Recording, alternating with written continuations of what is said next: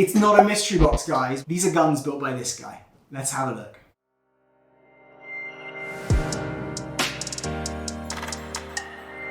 These are some of his creations. As you may know, and I've actually talked about it a lot, like I run TM Recoil Shocks, and that is all due to this guy. Because when I first met him and started playing, he showed me, I think, this one?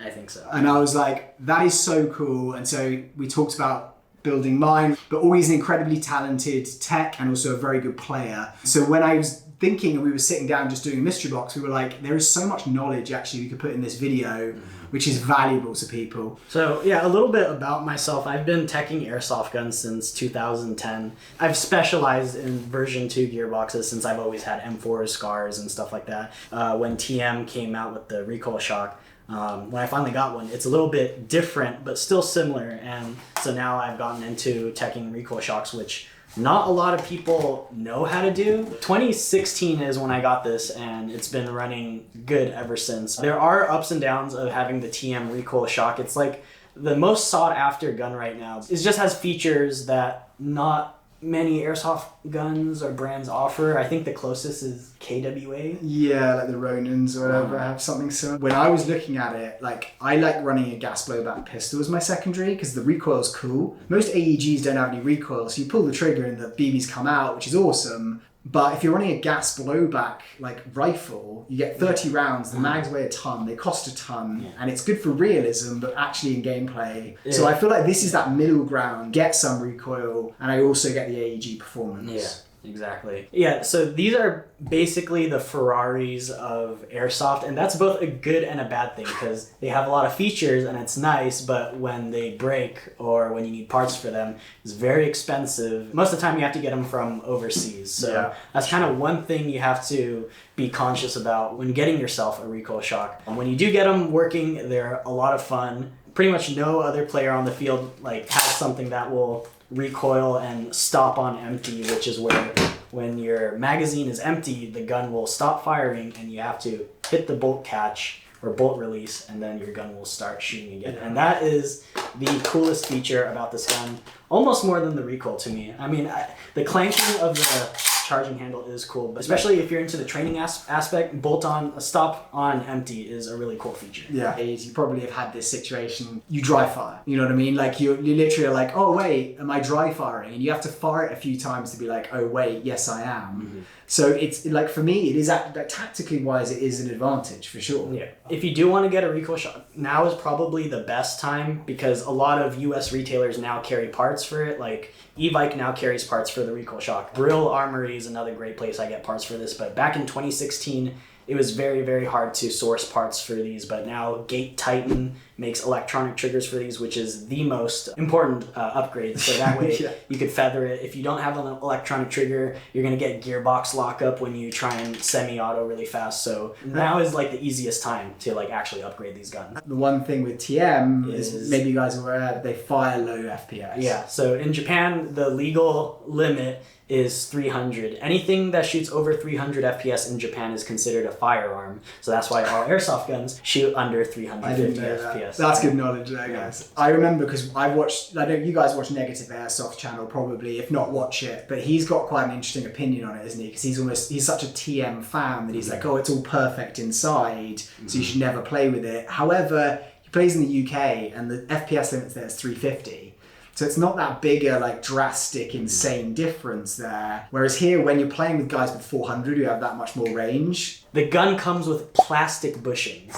Like, that's how much they didn't want people tinkering with this gun, is that they put plastic bushings in here. So one of the first things you upgrade is metal bushings. Like, the only guns I know that come with plastic bushings are like the $50 L pegs that you get at like the surplus store or Walmart. So, you know, upgrading this, it does cost a little bit, but yeah, it's worth it. There's a lot of things you have to watch out for because if you break something, taking it apart, fixing it, it's going to be a nightmare sourcing that part. And also, like, I remember, because Augy's actually, whenever I've gone to the site and I've used it, and he's just brought it back to me, and I actually literally have separation anxiety from this thing. I call it my baby because like I'm obsessed with this thing. But one thing that does happen because of the recoil is that actually it can shake things looser in the gun a lot easier. And so if you're using it constantly against like that Ferrari Ferrari analogy. It's like you need to be tuning it and making sure you're looking after it, which there are probably a lot of players who watch who don't play that seriously, who are like, I just want something I can throw in the back of my car. But this thing, I mean, like, I actually got one of these stolen when my stuff was stolen, and that was probably the most like heart-wrenching thing. So as soon as I got my insurance money, I just turned around to Augy, I was like, can we build another one, please? And I don't know, TM, it's like, it's a lot of it's plastic, but it is like the quality in the build of it just always feels amazing to me. Yeah.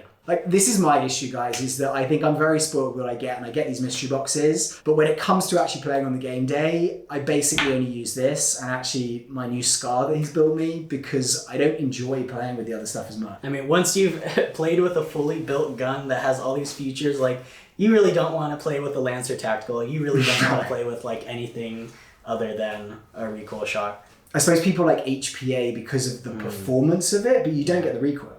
No, and some people just want to go, just not deal with all the gears and stuff. Like, people who don't want to maintain their gun ever, just get an HPA and... You got to go fill tanks. Which yeah, you have to fill tanks, but you'll never have to deal with stripped gears or stripped pistons. True that, But me personally, I like Augy's. I just like having a battery in my gun. I don't like carrying an air tank on my back. Yeah, and guys, I haven't actually tried an HPA gun really, but I've ordered a custom-built SRS Silverback HPA sniper because I realised I can't really run around anywhere. I'm just going to sit at the back of the field and cover these guys. I like the idea of the HPA with a sniper because it's a free bolt pill. Mm-hmm. As a sniper, you're not running around with that heavy tank. You're just like, crawling and just snooping around, so I like that. Or also as a machine gunner, maybe, just because an HPA machine gun sounds intimidating. If you're at the receiving end of one of those, it sounds scary. So yeah, it's like, and you could get, if you up the PSI and stuff like that, you could make them. I mean, as long as it's field legal. Yeah. You can put out a lot of rounds on one of those drum mags or whatever for not. I know Airsoft Alphonse, I think all his light machine guns, whatever machine guns, they're all HPA for the most part. So he's a big fan of HPA MGs. Okay, mate. So let's finish off with your Scar, because I think a lot of people probably still got questions. I'm sure he'll be happy to answer them for you. Yeah, and I'll actively be in the comment section of this video. So if you have any recoil shot questions or tech questions, type them out. I'll try my best to respond. Most important, this one I have the BTC Spectre. So before Gate Titan, the only electronic trigger you could get back then was by Black Talon Concepts, and they were extremely hard to get. People were, as soon as they would do a drop, people would buy up all of them and then scalp them by selling them for double the price. So that was back in the day. You don't have to worry about that anymore because there's Gate Titan. It's got the electronic trigger, it's got a motor upgrade, it's got upgraded gears, piston, pretty much all the durability. That's what you really want in these guns. You don't want them breaking down because it's a pain in the ass to open them up. It's got a Prometheus inner barrel at 303 millimeters, and I use a 7.4 battery. These Recoil Shocks, if you have an electronic trigger in there, it works really well with the 7.4. You really don't need 11.1. He uses a 7.4 as well. So we put in a Retro Arms full metal rack piston because for some reason Prometheus, they make plastic pistons. So then, get that out of there. Yeah, try them. Metal piston. So. But like the 7.4, I'll show you guys now quickly on mine because I think I've got a battery in it. And you can see obviously the bolt lock. There's the recoil. You can see it kicking. And then this is actually a 7.4 Titan. Like, that's fast enough. I do agree. And that's also with the full auto down tuned. So with the Gate app, you can actually set how much, what your rate of fire is. So I believe I actually down tuned his rate of fire by 30% because I didn't want the gun shooting that fast. I think that's perfect for full auto. If you have your auto too fast in Recoil Shocks, the piston will reset before the recoil weight can reset, and then you could strip things. So that's why in Recoil Shocks you do not want anything higher than 20 RPS. Externally, you can't do too much to a Scar. I just have a flashlight and pec box, and looks good. For the most part, all Recoil Shock mags are 90 rounds, which isn't a lot compared to like today's standard. Yeah. This thing, exactly. So that's an EPM1. Yeah. So that's a short one, I think, which does quite a few rounds still. 170. What you will notice here, guys, if you've got one of these mags before, is it doesn't have this like rear bit cut out here with this kind of lever that moves up and down. And that's what does the kind of stopping of the Yep, bolt that activates and the mag. bolt stop. So like when I saw Scott L and I was like, you know what, if I don't have to buy a load of new mags, it's kind of cool. I can just switch them out and I can run both whenever I want to run them. But that's kind of what you've done. In terms of price, obviously the base gun is pretty expensive. Yeah, the base gun you're paying $600 for, and you're gonna put another $300 into durability upgrades to get it running at a, What you want to do competitively. Yeah. So you're looking at like a $900 gun. This is the one that's that Augy built for me on here. Again, you can see it's got the recoil there. It's got the folding stock thing there. That'll click in.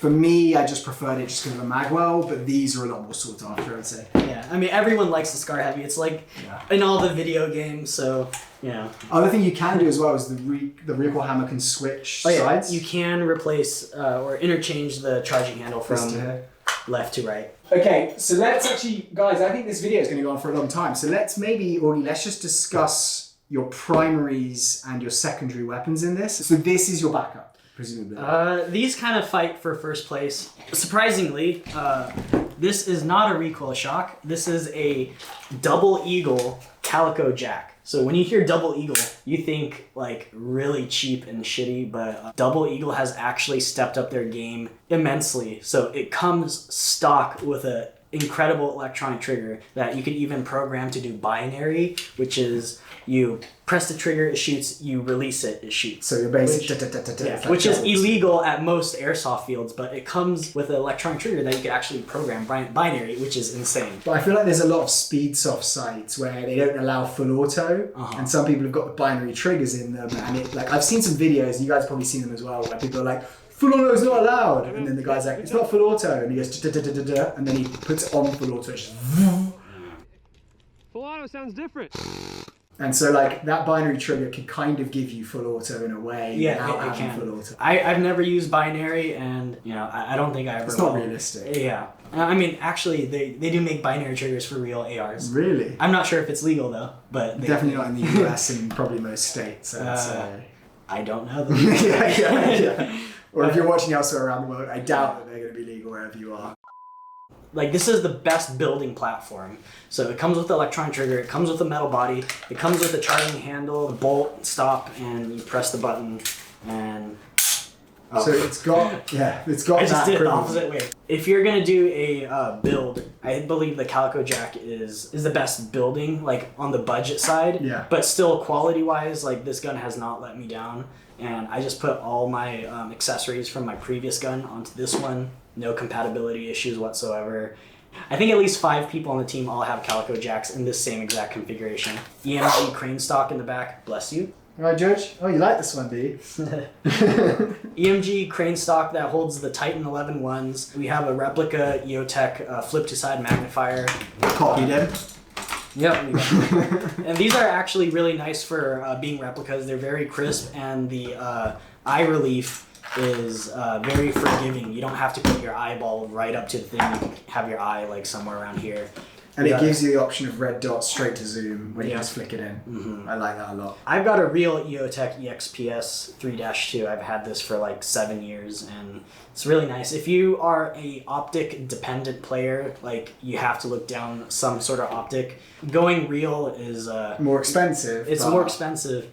But it's worth it. If I can't barrel aim, I can't put the gun to the side of my head and shoot.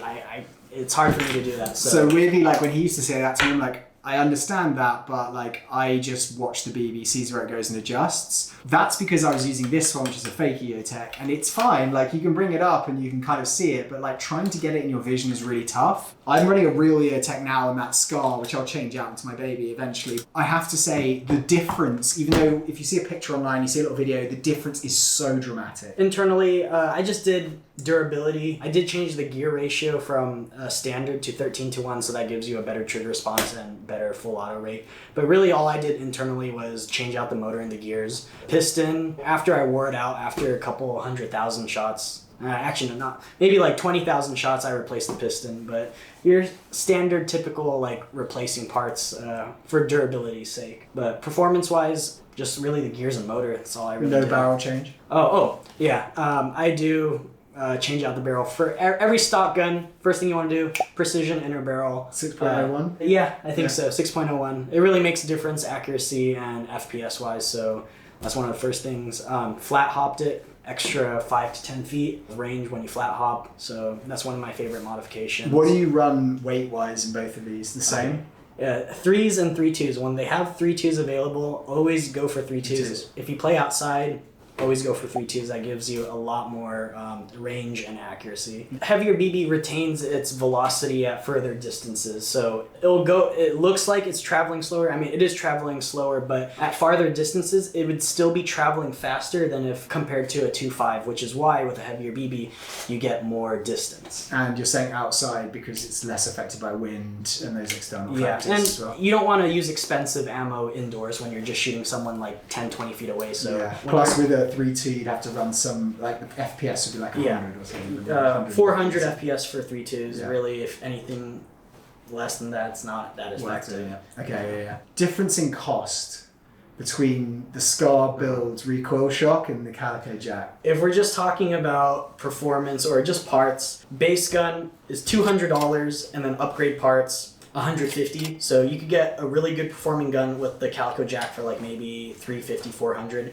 and that's not talking about all the furniture. The Calico Jacks actually come with really nice stock furniture. So M-Lock? I believe so, yeah. They have a stock version that looks exactly like this with a replica Geisley rail and a crane stock. So you could get a Calico Jack pretty much already in this configuration minus the accessories for like $250. Right. So if you were saying, right, someone on a budget wants to get best performing gun that they can tech and they can play around with, that's going to be one of the best. Yeah, I haven't seen any gun that's a better base than the Calico Jack. This gun I've had for maybe about a year now, have not had to replace the electronic trigger. It just seems more durable, and so I think that the Calicos are actually the best base guns. So guys, if you're watching and you're like, hey, how can I build a really cool gun or get a really, really good gun for a budget? This is going to be a recommendation. Performance compared to the two of them? About the same. Yeah. Yeah, it's really hard to tell between these two. I'd say they perform about the same, like effective range 150 feet to 170. Okay. Because they're both exactly at 399 on the dot. And as consistent as each other? Yeah, I think the Scar's shooting a little bit more accurately because it's a 303 millimeter inner barrel while this is at a 275. So I feel that the Scar is just a tiny bit more accurate. Okay. Yeah. And it's more fun to shoot. Because I have some backup guns, guys. I always have one in case. This has never failed me, but in case. And so just having something that actually can perform that well, where it's not going to cost a ton. So if you have a friend using it and they drop it and mess around with it, then it's not like, what have you done? Accessories that you would recommend running, EOTech or some red dot that's going to be... Hollow Sun. If you're a sight-dependent player, Hollow Sun is the cheapest, like real steel grade optic at around $200. Okay. Similar to a Aimpoint T1 in shape. So that would be the thing, guys. If you're looking at doing budget and you're not doing realistic, you're playing on weekends, this extra stuff doesn't necessarily make a big difference. Sight will do, and that's probably a good battery. The number one battery I recommend is the Titan batteries. When you play at Milsom West, if you use regular LiPo batteries, it gets so cold that it'll actually drain your battery entirely. Okay, guys, so let's round up this with your secondary. Okay. This is going to be fast and simple. It's just a Tokyo Marui Glock 18, but it's an AEP. I haven't cleaned this thing since I bought it, and I think I should clean it sometime soon, but we play in a really, really dirty, dusty environment, and having to do a full weapons teardown and clean out your gas blowback pistol for like 30 minutes isn't something I want to do after every time I play. With an AEP, There's no, slide doesn't move back. It's really hard to get dirt in here, so you could crawl around and get it dirty and not have to worry about, oh, is my pistol dirty? Is it gonna? It's got semi and full auto. It's got a 7.4 LiPo mod in here, so it gives it a little bit more trigger response and rate of fire, but that's the only thing I've done to it is put a 7.4. The same ones that Polar Stars use. It's a little tiny 7.4 and it fits right here inside the... So I hate getting batteries into battery compartments, so I need to try it, to be honest, so I'm going to give it a go. I'm really glad that a lot of US retailers are now selling Tokyo Marui. It used to be really shady where you have to order it online and hope that it doesn't get seized by customs. That's happened to me before. And that's branding, because they've used the brands of companies. I mean, Tokyo Marui, they don't put orange tips on their guns, and that's part of customs. Like, they have to have glued orange tip on there, and since Tokyo Marui doesn't, customs confiscates. Wow, okay. So that's something to bear in mind as well, guys, if you're thinking about it. Okay, guys, so I'm going to wrap that up. I just want to say a big thank you to Augy here, because actually the amount of kind of things that I've actually learned just sitting here in this video is quite astounding. I'd love to know if you guys have any questions. Obviously, I think most people when they're playing Airsoft, what you're using as a weapon is the most vital, but also what I have realised playing with you guys is that gear is pretty important. Everyone, if you can say a big thank you to Augy for us, and we'll be back with another video very soon. Bye-bye.